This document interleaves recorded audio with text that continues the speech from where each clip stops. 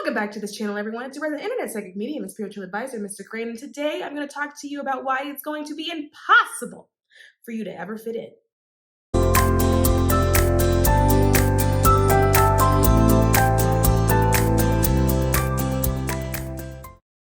So we have received a question from Cherrybon YT, which I believe is supposed to be YouTube, that says, my question is about walking the line of fulfilling my mission while balancing my desire to maintain my peace and privacy. I become aware that my purpose involves helping others discover and transcend roadblocks, separating them from their authenticity and peace. How do you balance maintaining a public persona and being an introvert? That has been one of my biggest obstacles in moving forward, if I'm being honest. So I would actually say that this is probably one of the most common things that people stumble across when they start their journey of spirituality. You would be amazed at the amount of aspirations that people have that require them to be in the front or to be public or to be in leadership in some form or capacity. And that is because being in front means that you are leading.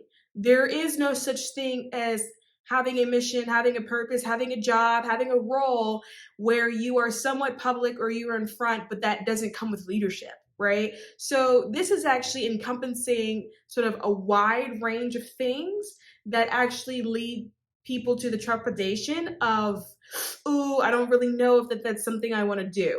But as common as it is for people to have those aspirations, it's also really common for people to be trained to be in the front in the first place, or to be public, or to be leading in the first place. And we just forget in adulthood how much we have actually been trained in youth, in our childhood, to actually be stepping in the front. Like if you zoom all the way out and you go back to when you were a kid, you can remember maybe at a time when you were in elementary school or primary school where maybe you were a line leader. If you lived in the UK, maybe you were a prefect. I personally, when I was in elementary school, I was a safety patrol, and my job was to prevent kids from falling down. And if they would run, my line was go back and walk. But that type of role required me to be in the front some kind of way in order to be leading in some kind of capacity. Now, at that age, you don't necessarily realize that that is what you're doing, but like that's what you're doing, right? Maybe in school you had a group project, and so everyone got divided into groups or teams, and then with amongst the group that was formed, people started electing the spokesperson for the group. Who's going to speak for the group when we get called on? Maybe you had a presentation that required you to get up in the front of the classroom to present whatever it was that you were working on. And oftentimes these assignments or projects were major parts of your grade, and sometimes were so big that if you didn't do it, you wouldn't pass the class. If you think about high school, maybe some of you participated in sports. And if you did that, then that would mean that at that time you were accustomed to having people watch you play. Maybe you were a cheerleader, or maybe you were a dodgeball captain. Some people would have been in student government. Some people would have maybe volunteered a lot because maybe you had like a volunteer hour requirement. And if you didn't fulfill the requirement, then you didn't graduate. Maybe you were part of the newsletter or newspaper club, or maybe there was a yearbook club. And because of these things, it required you, Duchess, to put yourself out there to go find other students that you needed to take pictures of or you needed to interview. For some of you cooler people out there, maybe you were actually prom king, prom queen, you were, what did he call it at that time? Court royalty or something like that. But even things like that required you to be in the front. I personally was not part of the cool kids. I was in high school, like head drum major of my marching band. And at one point in time, I was class president. Wasn't cool, but was always in the front. I say all of this to say that the majority of people already have experience being in the front, already have experience being public, and already have experience leading in some form or capacity. And maybe you're not doing it now, but you probably have done it at some point in time as a kid. And so it's not that you don't have the skill, to do it or that you wouldn't be successful doing it. It's probably that that quality of yours is actually just dormant at the moment. The reason for this is because society actually trains youth to lead. Society actually trains youth to be independent. There's a period in your adolescence where you're told that if you don't get it together before you're 18 and whatever, because you got to move out of the house, although we don't really do that too much now because culture has changed and the economy isn't set up that way. But I know when I was growing up, you left the house at 18 years old. And so there's a period where you are being trained to enter society. And part of being trained to enter society is learning how to lead, learning how to be public, learning how to be in the front. And then what happens is that somewhere in adulthood, society beats it out of you, right? Because if you carried the boldness and you carried the opinions that you had as a kid or as a teenager, as an adult, if you don't know how to use them effectively and be smart and strategic in how you use it, society will then just bury you because it doesn't like it. Because now you're an adult, you're threatening. When you have the ability to do that and be in the front and be in public as a kid, it's cute. You get scholarships. Everyone's like, oh my God, they're so vivacious. But something happens in society where you grow up and now you become a threat. And so because of that, society teaches you not to be that way. But if you really think about it, a lot of people already have the trait, because if you did not train youth, right, to be able to do that, to be able to step in the front, then what would we do as a society when all the old people in Congress die? Because they're about to. I mean, have you seen them? They're real old. If your mission requires that you be public or that you be in the front somehow, then there is no way that you can mitigate that, and there is no way that you can really run from that. And if you are the type of person that you just feel it in your bones that that is the path that's laid out for you, then that means that you have a subtle knock on the door. And if you keep running from what you're supposed to be doing, which is allowing yourself to step in the front, that knock is going to get louder and louder and louder and louder, and it's going to chase you down until you open that door. Leading takes many forms. You can be leading a family unit. You could have a leadership role at work. A lot of you want to start your own businesses. This requires you to not only lead, but be in the front, because who does the business belong to? And also be somewhat public, right? Maybe marketing in order to bring in customers or bring in clients. It requires that you're in the front. It requires that you're public. So with that, I actually want to go back and reread the question. And that was, how do you fulfill your mission while balancing the desire to maintain peace and privacy? And you also asked, how do I maintain a public persona with being an introvert? So first, I gotta say, you think I'm a public persona? Thanks. But I'm going to answer your question with another question. Has it ever occurred to you that it may be part of your mission to be public? You said that you know that your mission is to help people transcend and overcome roadblocks. But the most interesting thing about being a spiritual teacher, because that is effectively what you are saying that you are, right? You're a teacher because you're teaching them how to do this, is that as a spiritual teacher, you must first overcome that in which you teach. So you are not going to be in a place to help someone transcend that roadblock or any roadblock that they have unless you allow yourself to transcend this one. No one will be able to find you if you're in hiding, right? You have to set the example, because like energy attracts like energy. And chances are the people that you will be working with, the people that will be drawn to you, will have similar roadblocks that you have, because we are all mirrors of each other. And so it's highly likely that you will attract people to you who also have a fear of being public or being in the front or leading publicly, because that's something that you are currently working through at the moment. And how do you teach somebody how to overcome something if you don't first do it yourself, right? So after you learn how to overcome this roadblock, what happens is that you now know the steps, and then you can then take those steps and then share that with other people, right? And I understand this specifically because that's actually was one of my roadblocks, which is why I suspect that this is happening in terms of us being mirrors for each other, because it was being in the front of anything has actually been really difficult for me in life. And it's not even just like YouTube, it's just leading anywhere, right? And there's a lot of sort of childhood issues that go with that. But I had to accept the fact that in order for me to do whatever it is that I'm doing, that's going to require some level of me being public. Because at the end of the day, if I'm not public, you can't find me if I'm hiding, right? And it's a lot more efficient and effective for you to come find me than it is for me to find all of you.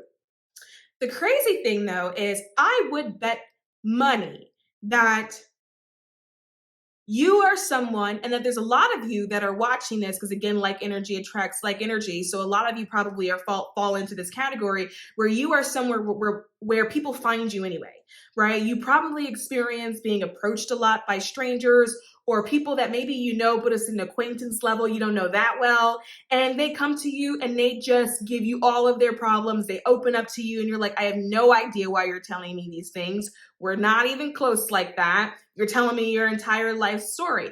It's because they were able to sense you out anyway. It was because they have an ability to perceive that that is what you are actually supposed to be doing. And so people are finding you. But when you are hiding, what's happening is that it's not necessarily an efficient use of energy.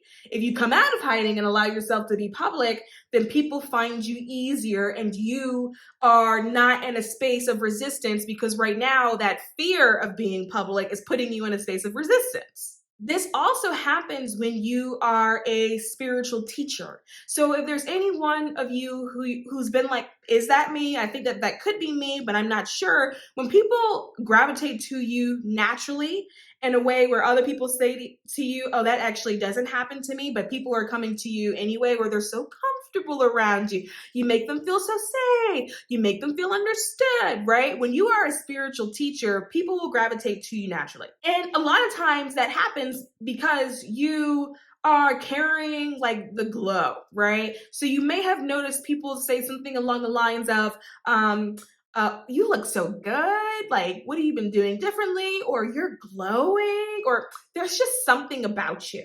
And the reason why they say that is because you are glowing. Spiritual teachers do glow. That's why when you try to fit in, it doesn't really work for you, because you're the one person in that group that's actually glowing. And for those of you that don't fully subscribe to that narrative, I'm going to ask you to pause this video, go to Google, and I want you to type in religious art. And I want you to look at all of the pictures that come up, the artwork, the paintings specifically that come up. And I want you to look at all of the people in the paintings. And I want you to look at the heads, specifically the heads of the people in those paintings. What you will notice is that in those paintings, the people who are the spiritual teachers have a ring around the heads. Their heads are glowing, right? People don't put rings around the heads because it's fun. They put it there because that's how those people look to them. And so that was how they drew it, right? It's not really a halo, it's the glow, because they're a spiritual teacher. And the reason why spiritual teachers carry a glow is because it functions like a lighthouse. It's like a lighthouse that are guiding boats to the shore when it's dark, right? But what happens when the lighthouse decides to turn the light off? Boats cannot get to shore. So as a spiritual teacher, you're kind of like a lighthouse. And so your frequency and your resonance, your vibration is going to be a little bit different than other people. It's not that it's better or that it's worse than other people's, it's just different. And it is formulated in a way that allows people to find you easier. So you can sit there trying to hide if you want to, but it's not really all that effective, is it? And you know it's not, because every time you try to hide in the back, people still see you and you still somehow end up in the front anyway. Have you ever noticed that spiritual teachers have a tendency to be somewhat attractive, and they may not be like objectively attractive, or they may actually be kind of ugly, but there's something about that person that when you're listening to them, they're pleasant to look at in that moment. It's because of the energy. It's because they're drawing you in, because they are a beacon. They're like a light, and it's the moth to a flame. That's what the energy is actually doing. This is what makes cult leaders so dangerous, because they're carrying that kind of frequency, which is why I'm saying it's not that it's a good frequency or a bad frequency. It's just a frequency. It depends a lot on what that person that has that frequency decides to actually do with that frequency. That will determine whether or not it's good or bad, right? But cult leaders have that frequency, and cult leaders are spiritual teachers. They may not be teaching our version of spirituality or teaching things that we agree with, but cult leaders have a group of people that follow their spiritual teachings. And you will always notice that when you're watching a documentary of a cult or listening to a story about a cult, one thing that they always say is that that cult leader was attractive, right? There's something about him. He's just really good looking. And then you look him up and you're like, he's ugly. It's because he had the glow, because he's a spiritual teacher. It's a different kind of vibrational resonance. I have a story. And this has a point, so I need you to just kind of go with me on this one. When I first sort of adopted the persona of Mystic Rain, it was very deliberate. It was a very deliberate attempt to try to separate my spiritual self from what I considered at that time to be like my 3D muggle life. I did not want those two things intercepting with each other, because at that time I was really concerned about judgment and what people would think if they found out that like this person was dabbling, right, with the other side. And so Mystic Rain was created as a persona, and it was initially meant to just be a spiritual persona. And then after I finished with my spiritual work, or I finished doing all my tarot readings, I would then go back to being like my government version of myself, right? And in all fairness, I actually kept up the facade for quite some time until I was noticed in public for the first time. Now, here's the thing. This doesn't happen often, right? I'm very much regular. I very much can go to like a Publix and like not be noticed, right? It's not like, this is still a small channel. It's not one of those kind of things, right? But I do remember the first time it happened when I was at work. I had worked so hard to keep these two lives separately that the first time I was publicly noticed, I was working. And not only was I working, after the event happened, I then had to explain to my colleagues that observed it that I was in fact an psychic on the internet. I had to like overcome that, right? But when I went home and I thought about it, because I remember thinking how crazy is that would be what happened. I realized in that moment that it's because I'm one. There is no such thing as Mystic Rain spiritual persona and then like government 3D muggle version of myself. They are the same thing. And in fact, I would actually kind of argue that Mystic Rain is probably a lot more authentic than the 3D version of myself, because your 3D version of yourself is mask. It's a mask for everybody. We're all masking, right? Because masking is a form of survival, right? Being what you feel society is requiring you to be at any particular time, right?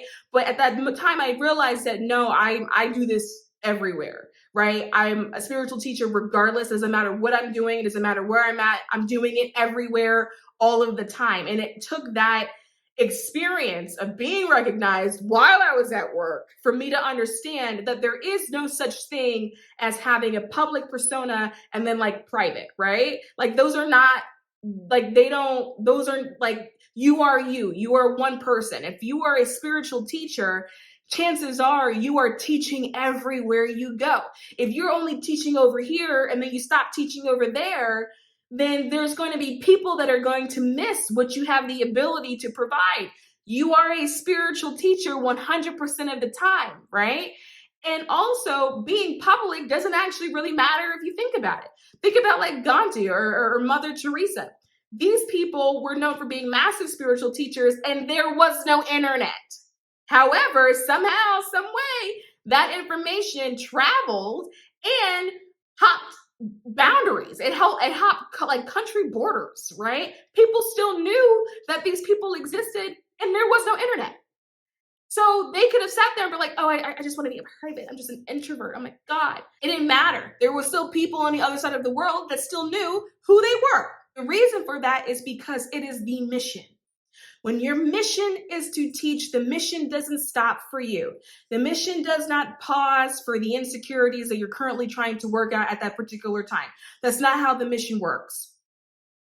The mission doesn't care. The mission has no interest in your roadblocks. The mission is the mission, and that is it. And when you're carrying that glow, you're not going to be able to fit in. You're not going to be able to be in the background. There is not going to be like a public version of you and a private version of you because you're glowing regardless, right? What you can do is become strategic and where you're sharing the information and when you're sharing the information. But in terms of not being public when you're supposed to be doing what you're doing, particularly in your case, when you're saying you're supposed to be helping people transcend their own roadblocks, do you recognize how significant of a mission that is? Being public is not going to disrupt your peace. It's the fear of being public that will disrupt your peace. And if I'm going to be honest, something is telling me that really deep down, you don't have a fear of being public. You have a fear of how big you can become if you were public. I'm going to end this video here. If you like what you see, subscribe to this channel, and I'll see you soon.